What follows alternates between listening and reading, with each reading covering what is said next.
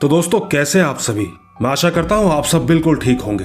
दोस्तों हमारी आज की कहानी दो ऐसे दोस्तों की कहानी है जो नौकरी की तलाश में इन शक्तियों से टकरा बैठे। हालांकि उन दोनों को किसी भी तरह का कोई नुकसान तो नहीं हुआ, मगर वो डर और खौफ उनके दिमाग पर आज भी हावी है। मगर दोस्तों इनकी कहानी सुनने से पहले अगर आप मेरे चैनल पर पहली बार आए हैं तो चैनल को अभी सब्सक्राइब करके बेल बटन ऑल पे कर लीजिए।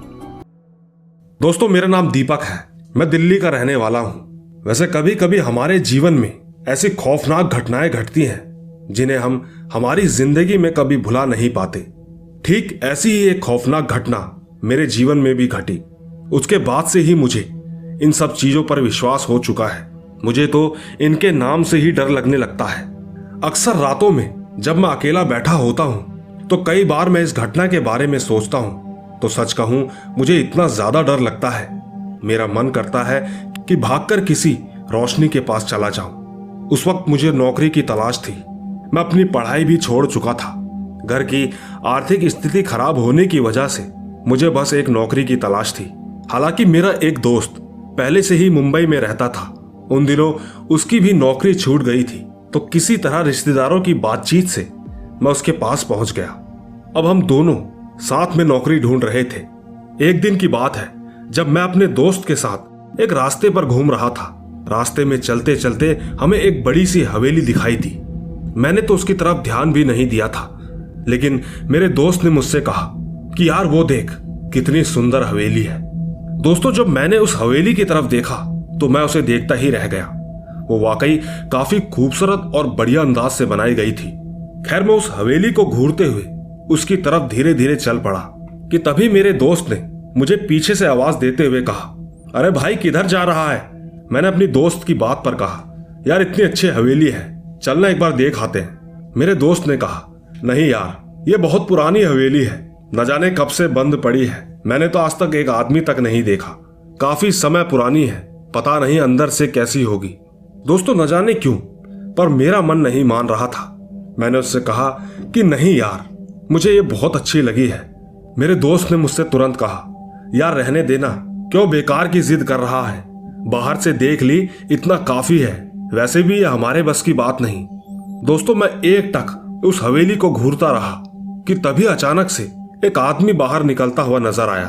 वो आदमी मेरे करीब आकर मुझसे बोलने लगा, मैं काफी देर से देख रहा हूं, तुम बार बार इस हवेली की तरफ क्यों घूर रहे हो। इस पर मैंने उस आदमी से कहा, दरअसल मुझे यह हवेली अच्छी लगी, इसीलिए बस देख रहा था। उस आदमी ने मुझे ऊपर से लेकर नीचे तक देखा और मुझसे कहा कि मुझे इस हवेली के लिए कोई ध्यान रखने वाला चाहिए था, जो कि इस हवेली के चारों ओर निगरानी रख सके, क्योंकि तुम्हारे जैसे ही कई लोग इस हवेली के अंदर कचरा भी फेंक देते हैं, साथ ही कुछ गंदी चीजें भी। हमें बस सफाई वगैरह के लिए भी एक आदमी की और जरूरत है। मैं चाहता हूं कि इस हवेली के अंदर मुझे कोई भी शिकायत ना मिले, इसीलिए मुझे इस हवेली का ध्यान रखने वाला एक ऐसा आदमी चाहिए जो कि ईमानदारी के साथ साथ पूरी मेहनत से काम करे। दोस्तों उसकी ये बातें सुनकर मैं सीधा बोल पड़ा कि भाई साहब आपको कहीं जाने की जरूरत नहीं, मैं हूं ना। मैं इतना बोलकर एकदम से चुप हो गया। थोड़ी देर में वो आदमी मुझसे बोला कि तुम इस हवेली का ख्याल रखोगे। तो मैंने कहा, हाँ क्यों नहीं। उस आदमी ने तुरंत ही हाँ कह दिया और ये भी बताया कि मालिक के द्वारा तुम्हें अच्छे पैसे भी दिए जाएंगे। ये तो तुम किस्मत समझो कि नौकरी खुद चलकर तुम्हारे पास आई है, पर इतना ध्यान रखना मुझे इस हवेली के अंदर कोई शिकायत नहीं मिलनी चाहिए। दोस्तों मेरी तो खुशी का ठिकाना नहीं था। मैंने उससे तुरंत कहा, आप चिंता मत करो, बस आप मुझे इतना बता दो कि मेरी ड्यूटी कब से कब तक होने वाली है। दोस्तों उस आदमी ने मेरे दोस्त की तरफ देखकर कहा, मुझे एक नहीं बल्कि 2 बंदों की जरूरत है, ताकि एक दिन में निगरानी कर सके तो दूसरा रात में। मैंने अपनी दोस्त की तरफ इशारा करते हुए कहा, ये मेरा दोस्त है ना, हम दोनों निगरानी कर लेंगे। इसके बाद वो आदमी तुरंत ही मुस्कुराते हुए बोला, अब तुम लोगों को ही इसकी निगरानी रखनी है। उस आदमी ने हमारे हाथों में हवेली की चाबी देते हुए कहा कि इस चाबी को संभाल कर रखना। साथ ही उसने तुरंत ही हमारा एड्रेस भी मांग लिया। दोस्तों उस वक्त मेरे दोस्त ने मेरा हाथ पकड़ा और मुझे साइड में ले गया और कहने लगा कि एक आदमी अचानक हमें बीच रास्ते में ऐसे कैसे काम दे सकता है। दोस्तों सच कहूं तो इससे पहले मैंने कभी नौकरी नहीं की थी और पहली ही बारी में मुझे इतने अच्छे पैसे मिल रहे थे। मैंने अपने दोस्त के कान में कहा कि यार इससे अच्छा मौका नहीं मिलेगा, वैसे भी हमें तो इस हवेली का ख्याल ही रखना है। और देखो उस आदमी ने मुझे चाबी देकर एक बहुत बड़ी जिम्मेदारी तो दे ही दी है। 1-2 दिन करके देख लेते हैं, अगर ठीक नहीं लगेगा तो चाबी वापस दे देंगे। हम दोनों बातें कर ही रहे थे कि वो आदमी वहां से जाने लगा। उस आदमी ने अपनी कार निकाली तो हम लोगों ने इशारे में उसकी गाड़ी में बैठने को कहा। हम बस वहां से अपने कमरे तक जाना चाहते थे, जिस पर उस आदमी ने कहा कि चलो मैं तुम्हें तुम्हारे घर छोड़ देता हूं, इससे मैं तुम्हारा घर भी जान जाऊंगा और साथ ही आने में कोई तकलीफ भी नहीं होगी। दोस्तों वो आदमी काफी अमीर लग रहा था, उसकी गाड़ी भी काफी ज्यादा महंगी थी। इसके बाद उसने हम दोनों को हमारे घर पर छोड़ दिया। उसने बताया कि सुबह की ड्यूटी मेरी होगी और शाम की ड्यूटी मेरे दोस्त की। दोस्तों मैं बेहद खुश था कि अगली ही सुबह से मेरी ड्यूटी चालू होने वाली थी। मैंने सोचा कि पैसे मिलते ही सबसे पहले मैं फोन खरीदूंगा। यही सोचते सोचते पूरी रात गुजर गई। अगली सुबह होते ही लगभग 6:30 बजे वो आदमी हमारे घर पर आया और फिर मुझे लेकर हवेली पहुंचा। उसने मुझे हवेली का एक एक कोना दिखाया, साथ ही उस हवेली के बारे में मुझे काफी सारी बातें बताने लगा। बातों ही बातों में उसने ये भी बताया कि लोगों का कहना है कि इस हवेली के अंदर प्रेतों का बसेरा है। दोस्तों इस बात पर मैं हंसते हुए बोला, फिर तो आपने भी इस हवेली में कोई ना कोई भूत जरूर देखा होगा, क्योंकि मुझे तो भूत प्रेतों पर बिल्कुल भी विश्वास नहीं है, इसीलिए मैं इन चीजों को बिल्कुल नहीं मानता। मगर मेरा दोस्त इन चीजों पर काफी विश्वास करता है।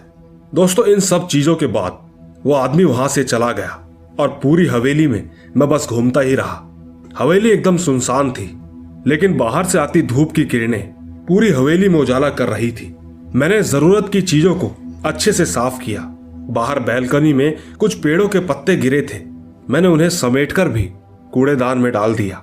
ऐसा करते करते मुझे शाम हो चुकी थी। थोड़ी ही देर बाद मेरा दोस्त भी वहां पर आ गया था। मैंने थोड़ी देर उससे बातचीत की और बातों ही बातों में मुझे उस आदमी की वो बात याद आ गई जो उसने मुझे सुबह कही थी। पहले तो मैंने ये सोचा कि अगर मैं इससे कुछ कहूंगा तो कहीं ये डर ना जाए, लेकिन आखिरकार वो मेरा दोस्त ही था तो मुझे उसे बताना ही पड़ा। दोस्तों मेरे सब कुछ बताते ही वो तुरंत बाहर की तरफ जाने लगा।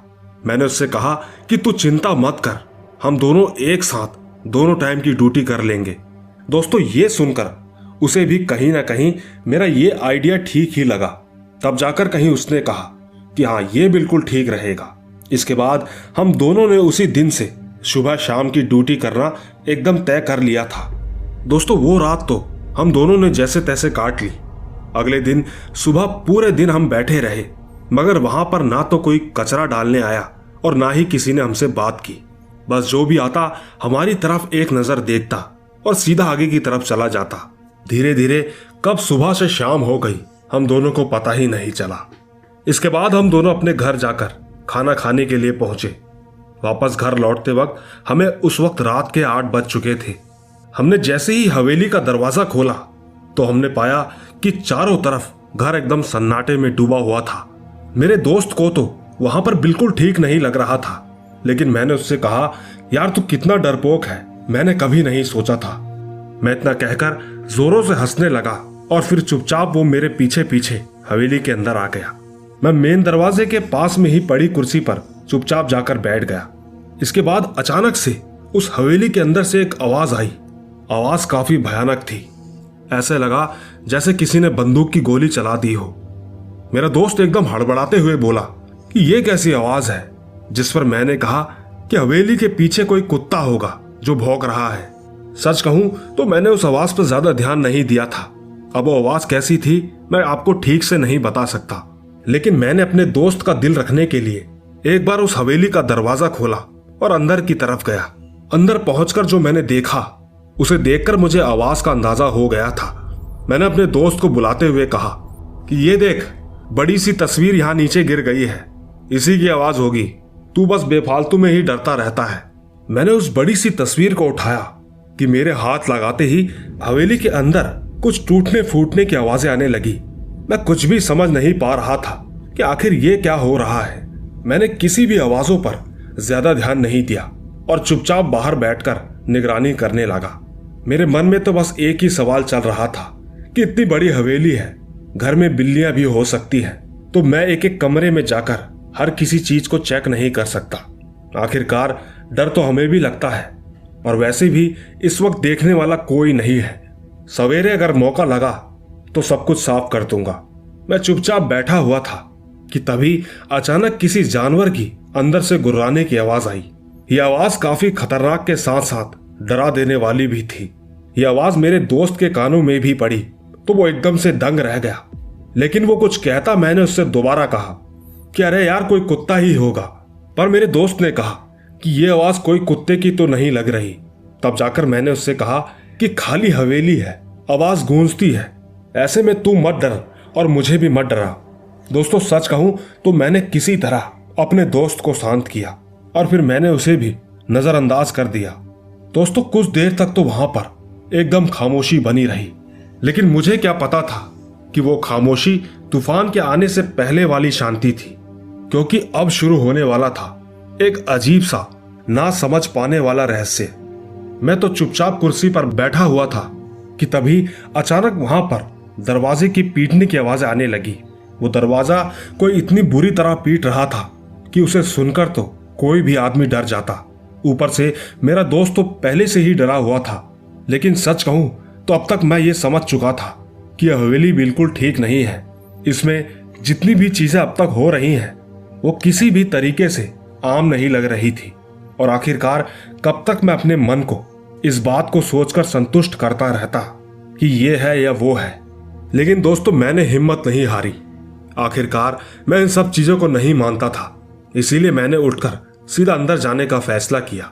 मुझे अंदर जाता देख मेरे दोस्त ने मुझे आवाज दी और कहा कि ऐसे मत जा, एक तो पहले ही कुछ ठीक नहीं लग रहा। पर मैंने उससे कहा कि एक बार देख कर आता हूं, अगर ऐसा कुछ भी होगा तो हम अभी के अभी इस हवेली से चले जाएंगे। यही सोचकर मैं और मेरा दोस्त सीधा हवेली की सीढ़ियों से ऊपर की तरफ बढ़ने लगे। अंदर एकदम सन्नाटा छाया हुआ था। अब तो पहले की तरह कोई भी आवाजें नहीं आ रही थी। मैं अंदर के कॉरिडोर में बस घूम ही रहा था कि तभी मेरी नजर एक ऐसे दरवाजे पर पड़ी जो कि अपने आप अंदर और बाहर की तरफ खुल रहा था। उसे देखकर मैं वहीं पर रुक गया, क्योंकि वहां पर ना कोई हवा का सोर्स था और ना ही कोई आदमी जो कि उस दरवाजे को हिला सके, क्योंकि हवेली का हर एक दरवाजा काफी मोटी लकड़ियों से बना था जो दिखने में ही काफी भारी लग रहा था। उन दरवाजों को देखकर ऐसा लगता था कि इसे उठाने के लिए कम से कम 5 या 6 आदमी तो जरूर लगेंगे। मैंने अपने दोस्त को उस तरफ इशारा किया और ये कंफर्म करने के लिए कि मैं जो देख रहा हूं क्या वो सच में है या नहीं, तो उसने धीरे से मेरे कानों में कहा कि जो तू देख रहा है वो मुझे भी दिख रहा है। इससे पहले कि हम आगे बढ़ते वो दरवाजा इतनी जोरों से बंद हुआ कि मैं आपको बता भी नहीं सकता। वो आवाज उस पूरे हॉल में इतनी तेजी से गूंजी, ऐसा लगा कि मानो भूकंप ही आ जाएगा। हम दोनों के दोनों कुछ देरी के लिए यूं ही खड़े रहे, मानो एक तरह की मूर्ति बन चुके थे। मैंने अपने दोस्त के कानों में कहा कि धीरे धीरे उल्टे कदमों से पीछे की तरफ चलता रहे, लेकिन हाँ एक बात का ध्यान रख कि उस दरवाजे के खुलने से पहले हमें यहां से बाहर निकलना होगा। हम दोनों धीरे धीरे बिना किसी आवाज के वापस सीढ़ियों से नीचे उतरने लगे। मैं अपनी नजर उस दरवाजे पर बनाए हुए था। मैंने देखा कि वो दरवाजा धीरे धीरे फिर से खुल रहा था। ये देखकर हम दोनों तेजी से वापस बाहर की तरफ भागने लगे। मैं तो भागने में कामयाब हो गया, लेकिन मेरे दोस्त के पैरों पर वही फर्श में पड़े कांच के टुकड़े चुभ गए, जिसकी वजह से वो नीचे गिर गया। लेकिन मैं मेन दरवाजे से एकदम बाहर आ चुका था। मैं जैसे ही वापस अंदर जाने के लिए मुड़ा तो वो बड़ा सा दरवाजा एकदम से बंद हो गया और थोड़ी ही देर बाद मेरा दोस्त इतनी तेजी से चिल्लाया कि वो आवाज सुनकर ऐसा लगा जैसे उसकी जान चली गई हो। मैं जल्दी से बाहर की तरफ भागा और किसी तरह कुछ आदमियों को अपने साथ वापस लेकर आया। हम सबने मिलकर उस दरवाजे को खोलने की बड़ी कोशिश की, लेकिन ऐसा लग रहा था कि मानो दरवाजा अंदर से किसी ने जोरों से दबा रखा हो, क्योंकि वो दरवाजा खुल तो रहा था लेकिन पूरी तरीके से नहीं। हम चारों ने फैसला किया कि हम एक साथ इस दरवाजे को अंदर की तरफ धक्का देंगे तभी ये दरवाजा खुल सकता है। हम चारों दरवाजे से करीबन 5 से 6 फुट पीछे खड़े हुए और एक साथ भागकर हमने उस दरवाजे पर जोर लगाया। दोस्तों, वो 12 फुट का दरवाजा इतनी मुश्किल से खुला, ऐसा लगा कि मानो जिसे दरवाजे पर कई सालों से जंग लगा हो। उस वक्त मेरा ध्यान बस मेरे दोस्त के ऊपर था। मैंने भागकर अपने दोस्त को उठाया, उसकी तरफ देखा तो वो बेहोश हो चुका था। हमने तुरंत ही उसे उठाकर अस्पताल में भर्ती करवाया, तब जाकर कहीं उसकी हालत में सुधार आया। होश में आ जाने के बाद उसने किसी से कुछ नहीं कहा, लेकिन जब अस्पताल से हम लोग घर पहुंचे तब भी उसने मुझे कुछ नहीं बताया। मैं लगातार उससे पूछता रहा तो उसने आखिर में बस यही जवाब दिया कि मुझे नहीं पता। बस मेरी आंखों के आगे अंधेरा छा गया था। दोस्तों, मैंने अपने दोस्त को यह दिलासा दिलाया कि हम कल ही जाकर उस आदमी से बात करेंगे जिसने हमें इस घर की चाबी दी थी।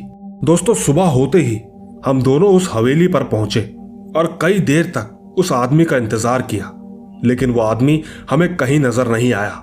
हमने तकरीबन 1 हफ्ते तक उस आदमी का इंतजार किया, मगर वो आदमी वहां आने को तैयार ही नहीं था।